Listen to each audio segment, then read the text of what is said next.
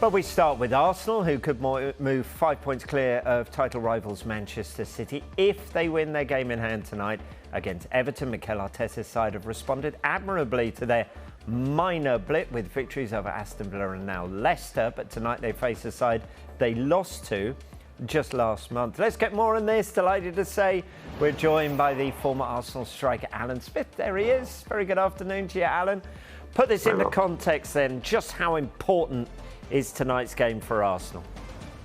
Well, they all are, aren't they, really, Rob? From now until the finishing line, it will be up and down, to and fro, I think, with regards to Manchester City and maybe Manchester United as well as title challengers. But it's a great chance, as you said, to go 5 points ahead, to continue this good run of form that they've had after that blip. 2 good away wins at Leicester and Aston Villa, so back in front of their own fans. Bit of revenge in the air as well. I think that game at Goodison, Rob, it was probably one of the few times that you would say Arsenal haven't really turned up for a match, haven't produced anything like their best, really below par. And it wasn't too long ago. So that will definitely be mentioned on the training ground and in the dressing room just before kick-off, I'm sure. Yeah, you know what it's like. You've been there. You've done it. Is there a point in the season where you can allow yourself to think, hang on a second, this could really happen here? Was it that comeback against Villa, or would it be tonight getting that 5 point gap over Manchester City? Yeah, I mean, the further you go into the season and you continue to be up the top, there does come a point when you maybe won't say it out loud in front of the manager, but as teammates, you'll have little chats about it. It's difficult not to think about it. And there are games in a season, Rob, that you maybe scramble a 1-0 win. It could have gone against you, but you managed to get the 3 points. And at the end of it, you sit in the dressing room and you think, at the end of the season, looking back in May, we might just look on this performance, this result as one that did make the difference. There are always those matches during a title-winning season that you look back on. The Villa and Leicester ones might be such matches tonight against Everton. You don't know, but the feel-good factor, the confidence will definitely be there. So, what was the point for you? I guess 89 was a little bit different, wasn't it? But 91. You'd had that points deduction. Was that season, wasn't it? And what was the point in that season you thought, you know what, I think we're going to win this?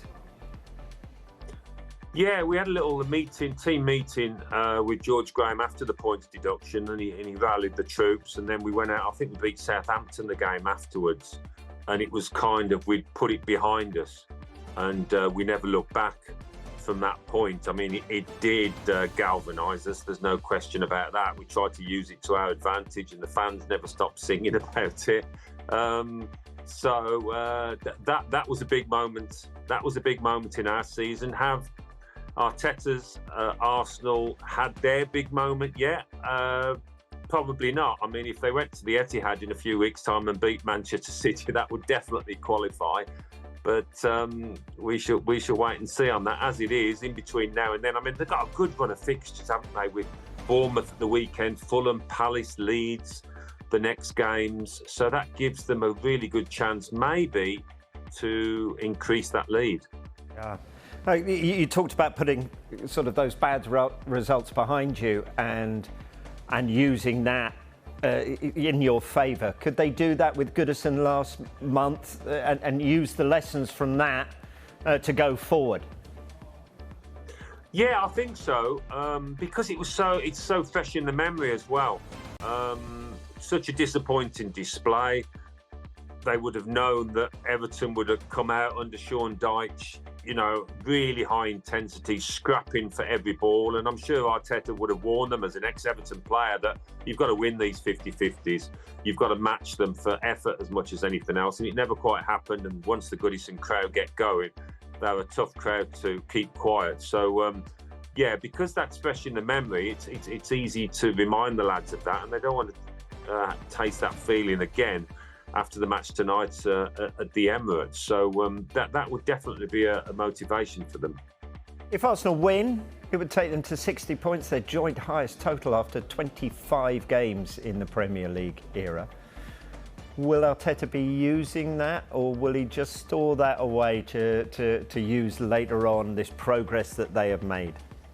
Yeah, I mean, publicly, you know what he's like. He never talks long term. He's always talking about the next match. And to be honest with you, although he might chat with his coaches about things moving forward, to the players, it will be how he talks to the press, I think, just concentrating on that next game, keeping you focused. Don't get sidetracked. Don't try and look too far ahead. It's natural as players, as people, to think what might happen in May. But they're quite a disciplined bunch there, aren't they? You know, they're managed with a strong hand by Arteta, and that should be an advantage. And of course, not many of them have won too much because they're so young. So that hunger, that is definitely there to go on and make a name for themselves.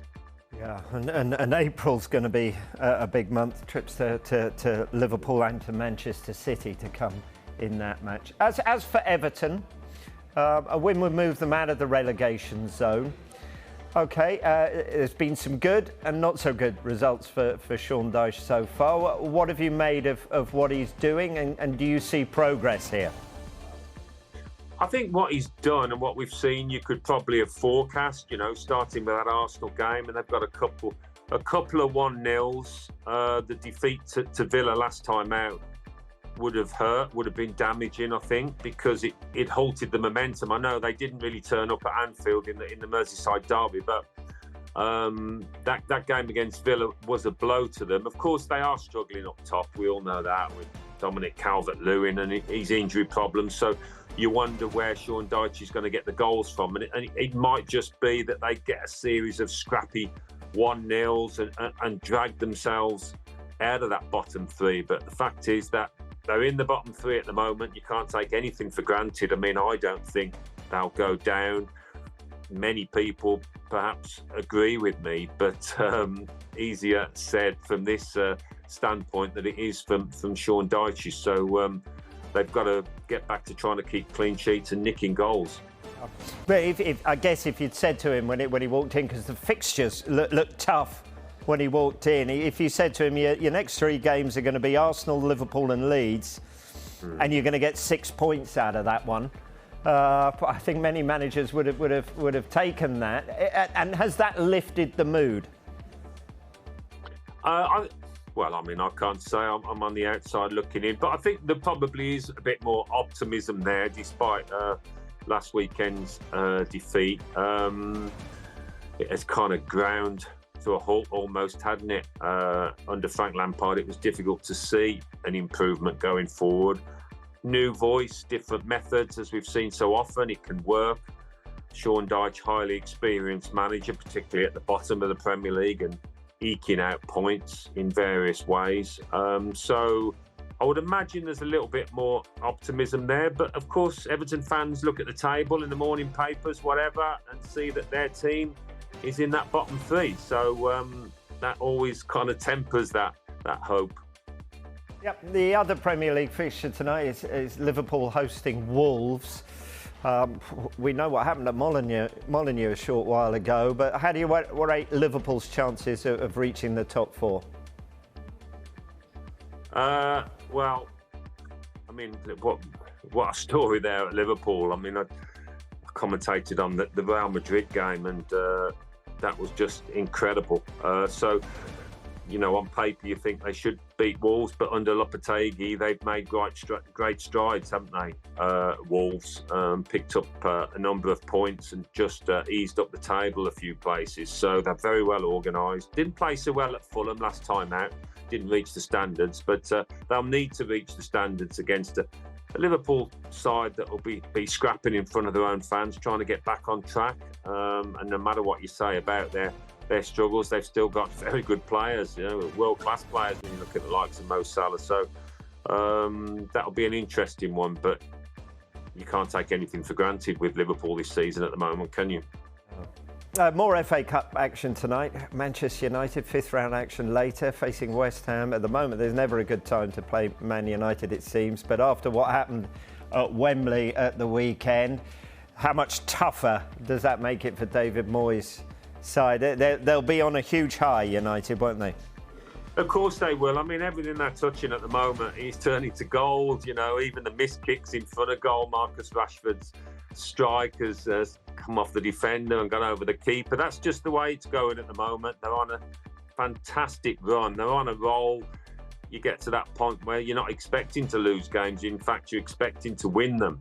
So they're going to that match against West Ham doing the same thing. I mean, West Ham got that really good victory against Nottingham Forest, didn't they? Scoring 4 goals as well, and they haven't been able to find the back of the net easily at all before that. So they needed that going into this match. But, you know, it will be difficult. Rashford, he seems to be carrying an injury, come off in the last couple of games. So whether he'll be available or not, I don't know, because he's been the talisman, hasn't he? He's been pulling them forward almost single-handedly at times. So without him for a number of games, it would be interesting to see how United do and how they cope. But at the moment, they look like an unstoppable force.